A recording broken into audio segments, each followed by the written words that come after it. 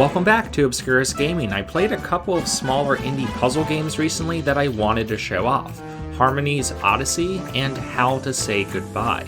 There's always just a sea of puzzle games on the eShop and it makes the browsing process basically impossible.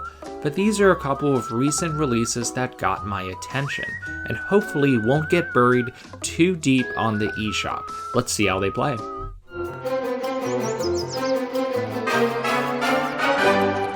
In Harmony's Odyssey, you play as a witch who is tasked with a series of 3D jigsaw puzzles to complete using her magic wand to do so. These puzzles get increasingly larger and more complex as the game goes on, usually culminating in another puzzle that takes place on the very jigsaw you spent building. It's a neat concept highlighted by seeing these puzzlescapes come to life with characters and objects that interact with one another when connected. For example, in one of the earlier levels, you'll build a football-esque stadium, only to then play an order of operations football puzzle on the field itself.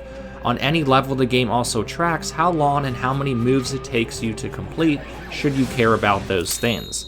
The game quickly introduces some techniques to managing a virtual jigsaw, like instant feedback when two pieces are correctly aligned, or moving all aligned sets at once. This makes the puzzles decently snappy and translates nicely to the Switch. The game is not challenging per se, even on the hardest difficulty, but is fun to play and hence satisfying over its 6 or so hour campaign.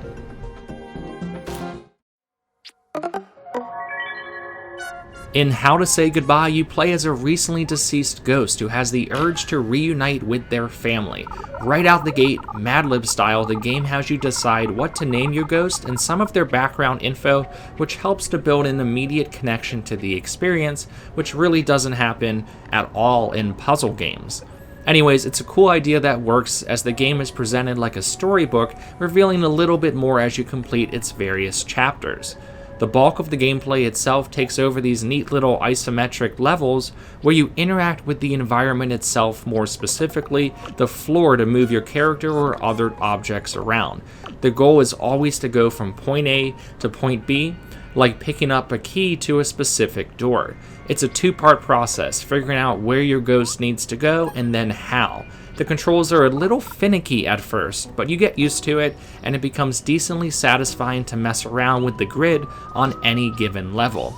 The entire experience will take roughly 4 hours or so, depending on your skill level.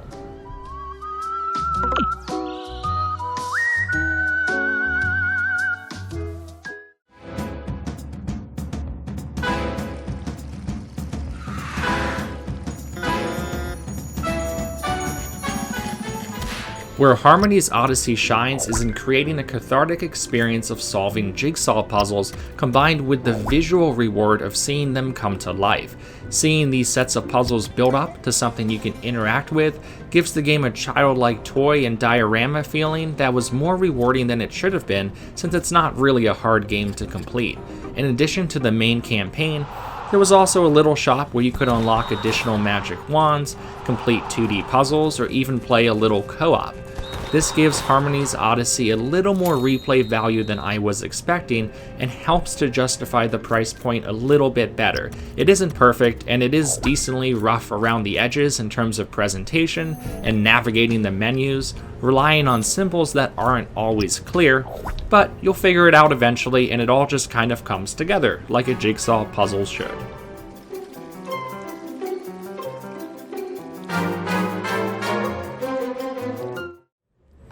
Conceptually, How to Say Goodbye is unlike any puzzle I've played on the Switch. Not so much the idea of moving the environment around the player, which has been done before in plenty of different ways, but more so its combination of its story and presentation. The overall aesthetic, art, and storybook charm to completing the 16 or so chapters is easily the highlight of the experience. Where the game falters a bit at times is in the puzzles themselves. While the puzzles and gameplay mechanics look cool, they never really evolve as coherently as you might think and can be a little bit weird at times. It's hard to describe, they're never difficult really, but are occasionally awkward and not very clear about what you need to do. That being said, Dragging the rows and squares around never got old, and a neat idea that holds up throughout. It just ends up not being as fluid of a gameplay experience as I initially thought it would.